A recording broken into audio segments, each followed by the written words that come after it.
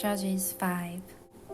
On that day, Deborah and Barak, son of Abinoam, sang this song. When the princes in Israel take the lead, when the people willingly offer themselves, praise the Lord. Hear this, you kings, listen, you rulers. I, even I, will sing to the Lord. I will praise the Lord, the God of Israel, in song. When you, Lord, went out from Seir, when you marched from the land of Edom, the earth shook, the heavens poured, the clouds poured down water. The mountains quaked before the Lord, the one of Sinai, before the Lord, the God of Israel. In the days of Shamgar, son of Anath, in the days of Jael, the highways were abandoned, travelers took to winding paths. Villagers in Israel would not fight. They held back until I, Deborah, arose. Until I arose, a mother in Israel. God chose new leaders when word came to the city gates, but not a shield or spear was seen among 40,000 in Israel. My heart is with Israel's princes, with the willing volunteers among the people. Praise the Lord, you who ride on white donkeys, sitting on your saddled blankets, and you who walk along the road. Consider the voice of the singers at the watering place. They recite the victories of the Lord, the victories of his villagers in Israel. Then the people of the Lord went down to the city gates. Wake up, Deborah. Wake up, break out in song. Arise, Barak. Take captive your captives, son of Abinoam. The remnant of the nobles came down. The people of the Lord came down to me against the mighty. Some came from Ephraim, whose roots were in Amalek. Benjamin would be the people who follows you. From Machir, captains came down.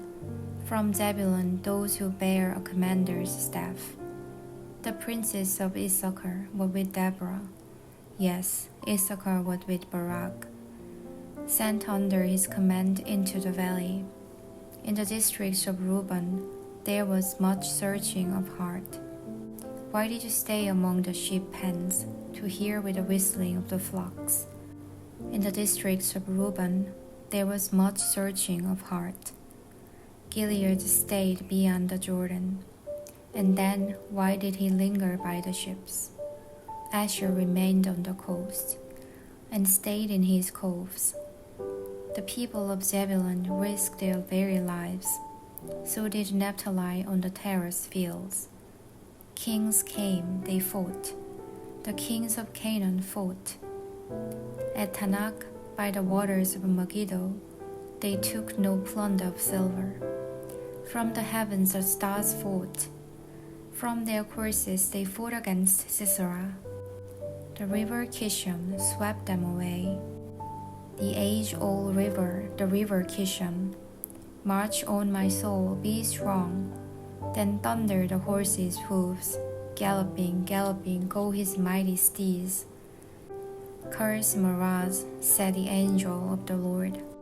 Curse its people bitterly, because they did not come to help the Lord against the mighty. Most blessed of women Bezalel, the wife of Heber the Kenite. Most blessed of tent-dwelling women. He asked for water and she gave him milk. In a bowl fit for nobles she brought him curdled milk. Her hand reached for the tent peg, her right hand for the workman's hammer. She struck Sisera. She crushed his head.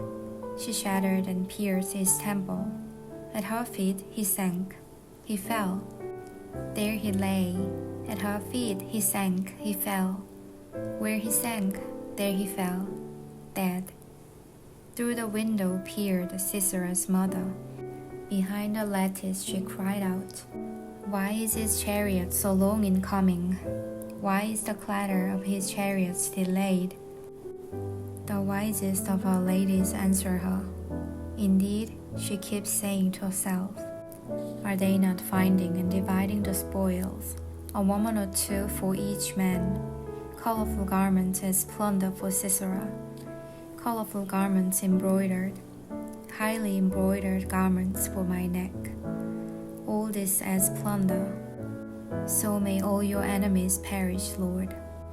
But may all who love you be like the sun when it rises in its strength. Then the land had peace 40 years.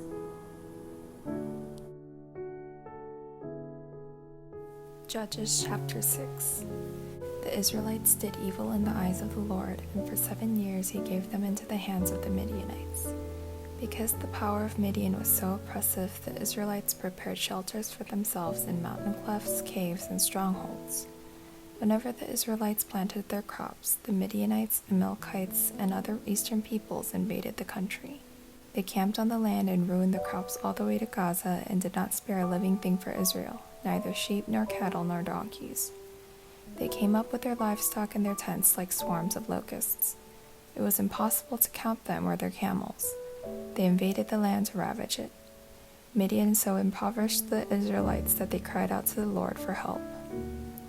When the Israelites cried out to the Lord because of Midian, he sent them a prophet who said, "This is what the Lord, the God of Israel, says.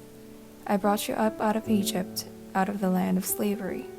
I rescued you from the hand of the Egyptians, and I delivered you from the hand of all your oppressors. I drove them out before you and gave you their land. I said to you, I am the Lord your God. Do not worship the gods of the Amorites in whose land you live. But you have not listened to me." The angel of the Lord came and sat down under the oak in Ophrah that belonged to Joash the Abiezrite, where his son Gideon was threshing wheat in a winepress to keep it from the Midianites.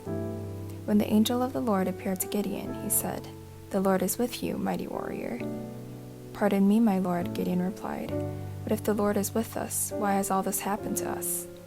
Where are all his wonders that our ancestors told us about when they said, 'Did not the Lord bring us up out of Egypt?' But now the Lord has abandoned us and given us into the hand of Midian." The Lord turned to him and said, "Go in the strength you have and save Israel out of Midian's hand. Am I not sending you?" "Pardon me, my lord," Gideon replied, "but how can I save Israel? My clan is the weakest in Manasseh, and I am the least in my family."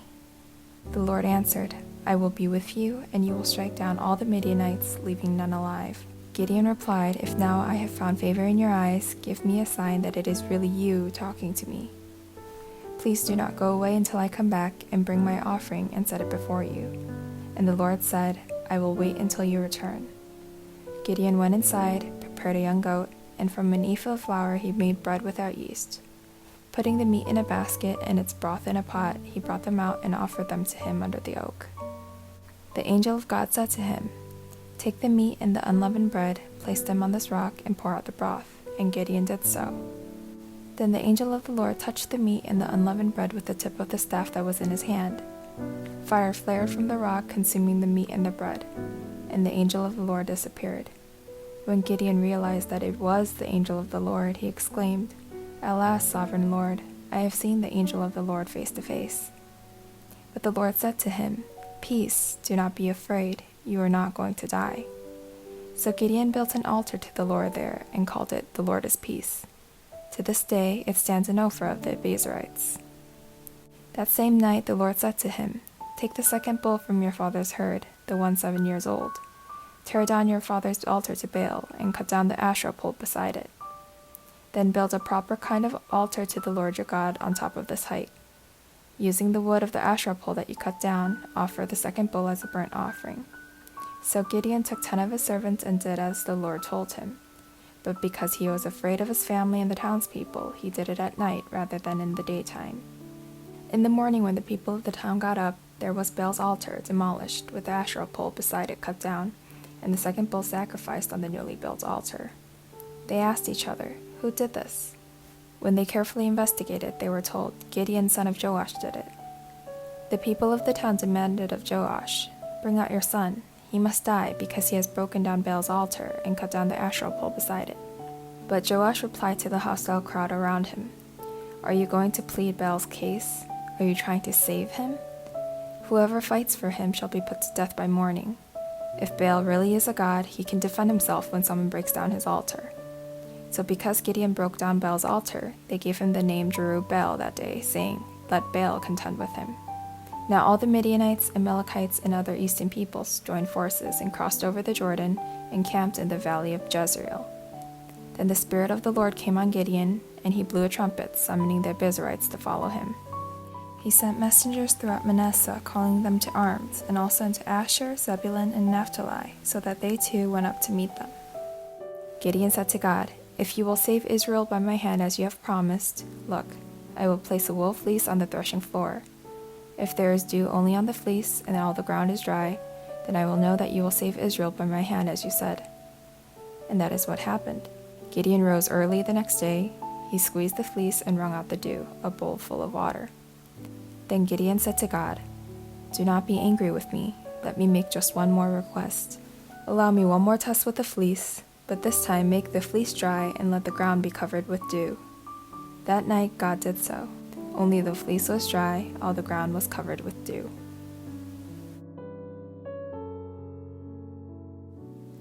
Judges chapter 7. Early in the morning, Jerubbaal, that is Gideon, and all his men camped at the spring of Harod. The camp of Midian was north of them in the valley near the hill of Moreh. The Lord said to Gideon, "You have too many men. I cannot deliver Midian into their hands, or Israel would boast against me. My own strength has saved me. Now announce to the army, anyone who trembles with fear may turn back and leave Mount Gilead." So 22,000 men left, while 10,000 remained. But the Lord said to Gideon, "There are still too many men. Take them down to the water, and I will thin them out for you there. If I say, 'This one shall go with you,' he shall go. But if I say, 'This one shall not go with you,' he shall not go." So Gideon took the men down to the water. There the Lord told him, "Separate those who lap the water with their tongues as a dog laps from those who kneel down to drink." 300 of them drank from cupped hands, lapping like dogs. All the rest got down on their knees to drink.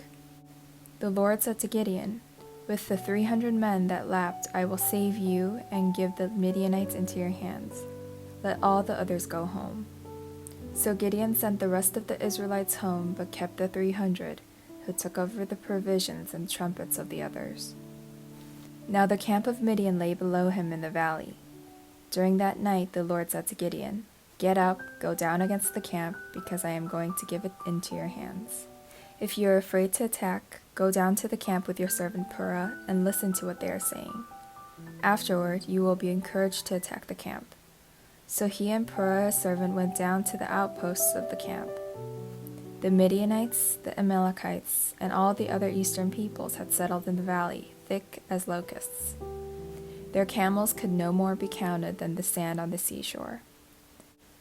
Gideon arrived just as the man was telling a friend his dream. "I had a dream," he was saying. "A round loaf of barley bread came tumbling into the Midianite camp. It struck the tent with such force that the tent overturned and collapsed." His friend responded, "This can be nothing other than the sword of Gideon, son of Joash the Israelite. God has given the Midianites and the whole camp into his hands." When Gideon heard the dream and its interpretation, he bowed down and worshipped. He returned to the camp of Israel and called out, "Get up! The Lord has given the Midianite camp into your hands." Dividing the 300 men into 3 companies, he placed trumpets and empty jars in the hands of all of them, with torches inside. "Watch me," he told them. "Follow my lead. When I get to the edge of the camp, do exactly as I do. When I and all who are with me blow our trumpets, then from all around the camp blow yours and shout, 'For the Lord and for Gideon.'" Gideon and the 100 men with him reached the edge of the camp at the beginning of the middle watch, just after they had charged the guard.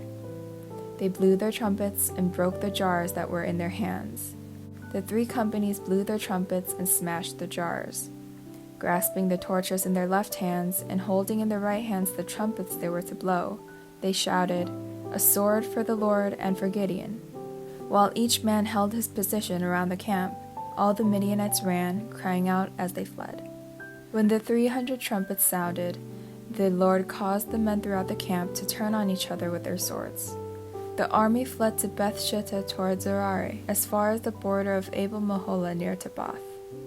Israelites from Naphtali, Asher, and all Manasseh were called out, and they pursued the Midianites. Gideon sent messengers throughout the hill country of Ephraim, saying, "Come down against the Midianites and seize the waters of the Jordan ahead of them as far as Beth-barah." So all the men of Ephraim were called out, and they seized the waters of the Jordan as far as Beth-barah. They also captured 2 of the Midianite leaders, Oreb and Zeeb. They killed Oreb at the rock of Oreb, and Zeeb at the winepress of Zeeb.